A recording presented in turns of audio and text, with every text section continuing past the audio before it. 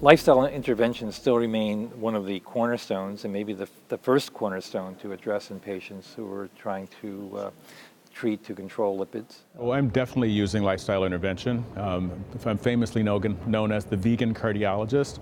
Well, that really means that we take very seriously the impact that decreasing animal products, increasing vegetable products can have on the amount of saturated fat, cholesterol, sodium actually, and other nutrients that can actually improve all of the risk factors.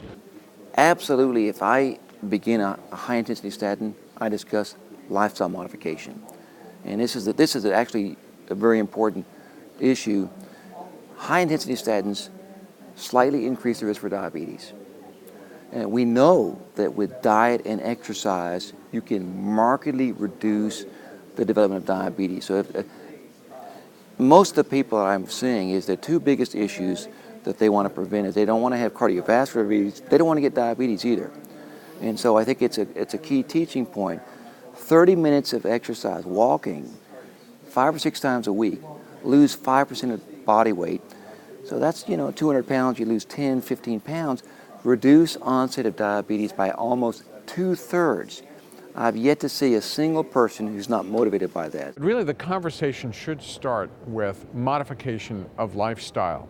I discuss with them the importance of lifestyle modification before we even discuss whether or not they need me to write a prescription. And modifying their lifestyle and adjusting that to the new setting for how they're going to go about their life is a very important aspect of management of hypertension. All of these things are beneficial for your heart, even if they're not totally successful in lowering cholesterol or in raising HDL or lowering triglycerides. These things can work. In many patients, they don't work because many times there's such an important genetic contribution to their lipid abnormality. But even if the lifestyle interventions are not totally successful or even a little successful in controlling lipids, it's still the cornerstone. It's still where we begin. Every patient should be monitoring and controlling lifestyle factors because of all of the other benefits to their heart. So we see routinely weight loss, better diabetes control, and an incredibly well-documented antihypertensive effect of fruits and vegetables versus the standard American diet.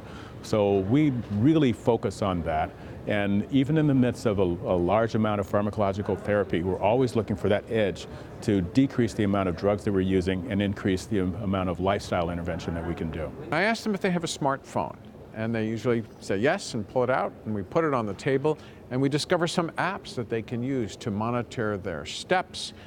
They can get a digital scale that'll give them a readout of their weight. There's a way to actually digitally record your blood pressure directly into your smartphone. So I ask my patients to actually take more ownership of modifying their lifestyle using the tools and technologies that are available now and not just be a passive recipient of the information.